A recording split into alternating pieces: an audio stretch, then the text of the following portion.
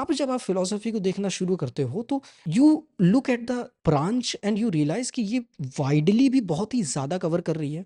It is only philosophy domain के लोग जो तुम्हें मिलेंगे जो साइंटिस्ट के साथ भी बैठ के बात कर लेंगे, फिजिसिस्ट के साथ बैठ के भी बात कर लेंगे, न्यूरो साइंटिस्ट के साथ बैठ के बात कर लेंगे, इकोनॉमिस्ट के साथ बैठ के बात कर लेंगे। इंग्लिश लिटरेचर और पॉलिटिकल साइंस के बंदे ऐसा नहीं करेंगे। This is why these people are dangerous.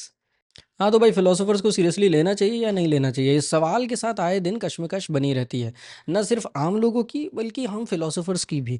क्योंकि जाहिर सी बात है, जिस तरह से साइंस की प्रोग्रेस आपको विजिबली नज़र आती है, उस तरह से ह्यूमैनिटीज़ की स्ट्रीम्स की प्रोग्रेसेस उस तरह से देख नहीं पाते हैं। यही रीज़न है कि कुछ ह्यूमैनिटीज़ की स्ट्रीम खुद को साइंसेस में लेके जाना चाहती है, अपने आप को साइंसेस के साथ एसोसिएट करना चाहती है। अच्छा, इसके दो फ़ायदे हैं। पहला तो फंडिंग कचर के मिल जाती है, पेल के फंडिंग आप उठा लेते हो, द मोमेंट आपके साथ लेबल लग जाता है साइंसेस का।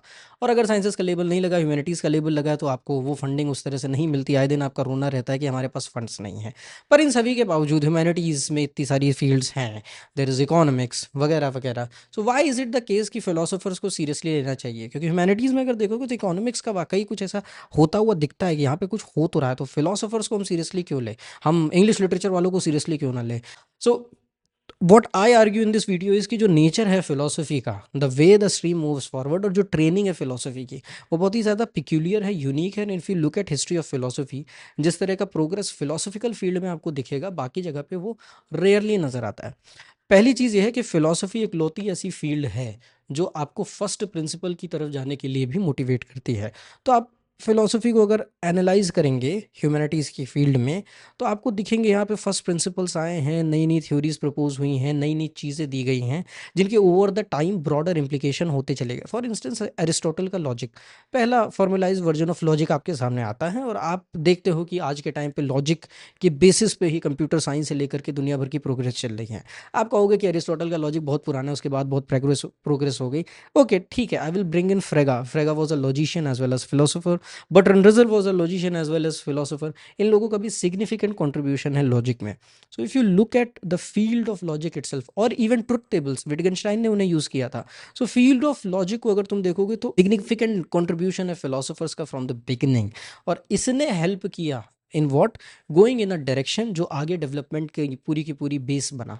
रॉल्स जैसा व्यक्ति आता है, मार्क्स जैसे लोग आते हैं, जो पैराडाइम शिफ्ट लेके आ जाता है completely, how we look about the state, how we look about the politics, how we look about ideology, every single thing. Marx को आप हो सकता है थिंकर कह के निकाल लो, but there are philosophical elements in Marx, और उसी का असर है कि आज तक मार्क्स कहीं ना कहीं किसी ना किसी चीज़ में आपको रेलिवेंट दिख ही जाएगा।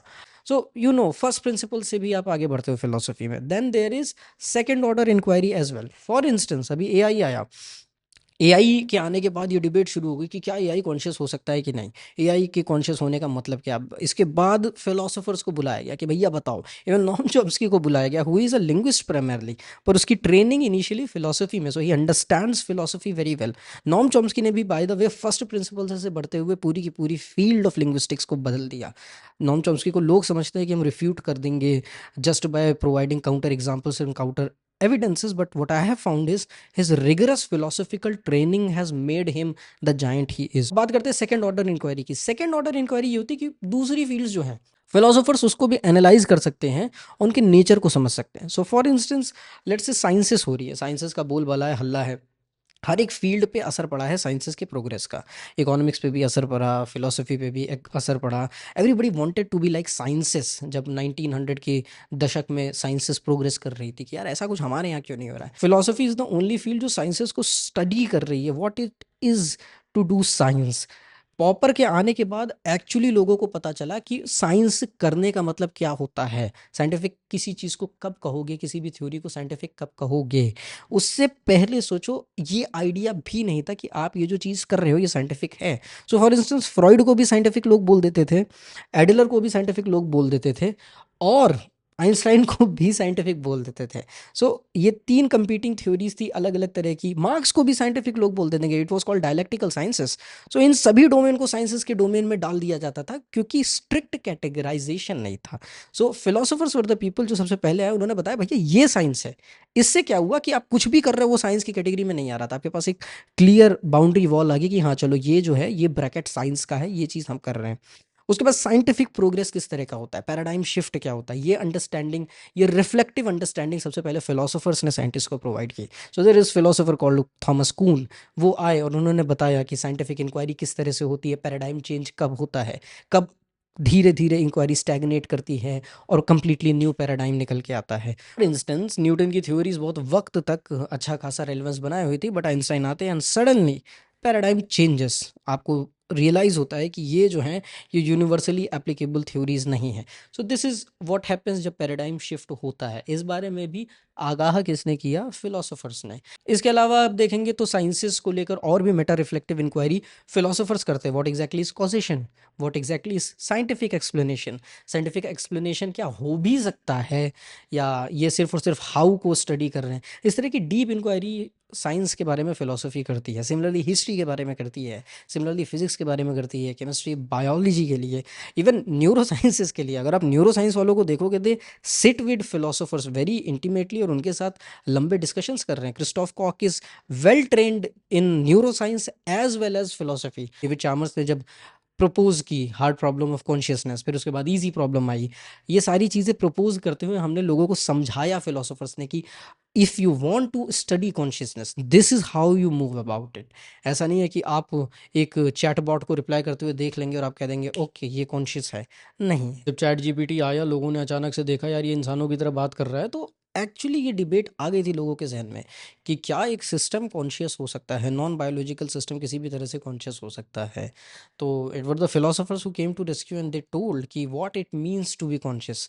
देर आर पीपल हु कंसिडर कि हाँ एक नॉन बायोलॉजिकल सिस्टम भी कॉन्शियस हो सकता है, there are philosopher with that foot holding.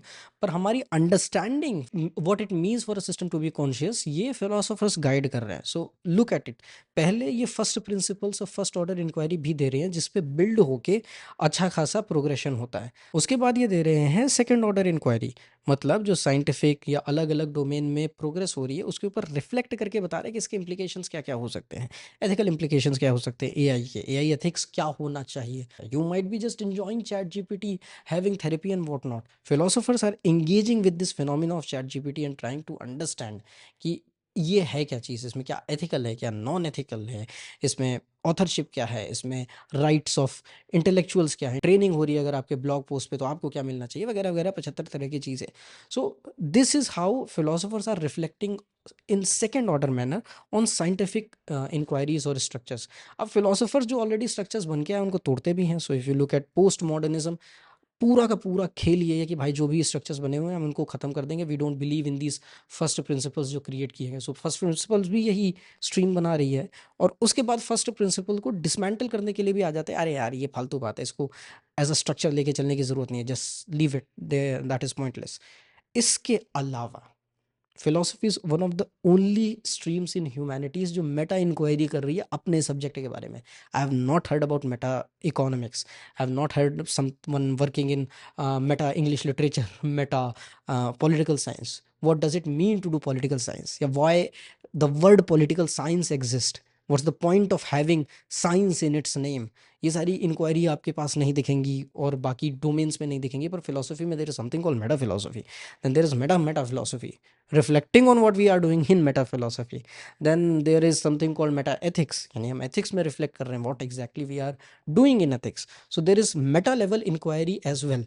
तो अब जब आप philosophy को देखना शुरू करते हो तो you look at the branch and you realize कि ये widely भी बहुत ही ज़्यादा कवर कर रही है, सेल्फ इंट्रोस्पेक्शन भी बहुत ज़्यादा है, तो अंदर भी बहुत ही ज़्यादा जा रही है, डीप भी जा रही है और ऊपर भी प्रोग्रेस कर रही है। It is only philosophy domain के लोग जो तुम्हें मिलेंगे जो साइंटिस्ट के साथ भी बैठ के बात कर लेंगे, फिजिसिस्ट के साथ बैठ के भी बात कर लेंगे, न्यूरो साइंटिस्ट के साथ बैठ के बात कर लेंगे, इकोनॉमिस्ट के साथ बैठ के बात कर लेंगे, पॉलिटिकल थिंकर्स के साथ बैठ के बात कर लेंगे, लिंग्विस्ट के साथ बैठ के बात कर लेंगे, कॉग्निटिव साइंटिस्ट के साथ बैठ के बात कर लेंगे। You get this. English literature और पॉलिटिकल साइंस के बंदे ऐसा नहीं करेंगे। This is why these people are dangerous, this is why these people know what they are talking about, these people know so much. अब बात यही है कि हर एक फिलोसोफर उतना एप्ट नहीं है, बात यही है हर एक फिलोसोफर को उतनी अंडरस्टैंडिंग नहीं है, हर एक फिलोसोफर उतना स्पेक्ट्रम और एरिया नहीं कवर करता, कुछ बहुत ही ज़्यादा हाईली स्पेशलाइज होकर काम करने जाते हैं जैसे एनालिटिक फिलोसोफर्स आपको देखेंगे।